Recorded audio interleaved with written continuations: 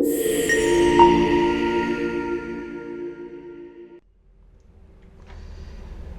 task 9.1, post journals on 30th of April 2025, payroll journals. So wages journals, I'm going to show you how to enter these journals.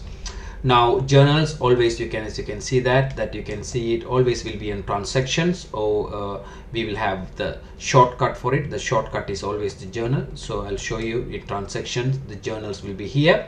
In shortcut, journals will be here. So the date is journal number is automatically selected. The journal date is 30th of April. It's a payroll journal, right? So wages journals for 30th of April 2025. First one, £3,000 gross wages, which is £3,000. Wages is an expense, so we have to put that ledger, expenses ledger, and it goes to wages account. Next one, we also have £387.45, which is also an expenses. That should goes under employees NI, because it's an expense also.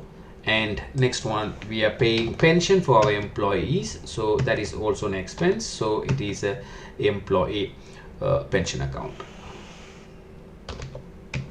Next one, that now whatever we have deducted from the employee, whatever we owe to the government, we have to pay that £390.50, which is taxation that we have to pay to the government, and it's a PAYE tax.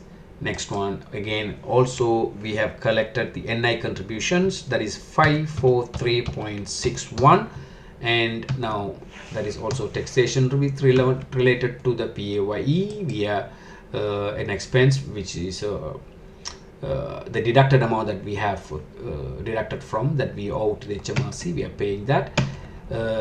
Next one is £240, which is a pension, right? So pension that we owe to the creditors, that we have to pay them, so we can put that under creditors.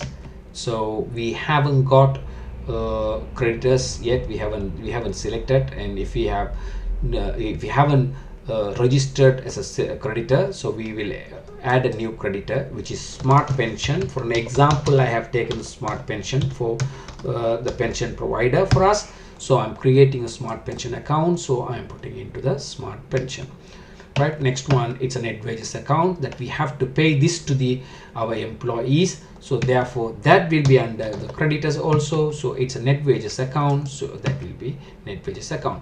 So as you can see that debit and credits are equal, we have wonderfully done, right? The journals are created. This is when we enter the payroll journals. Thank you.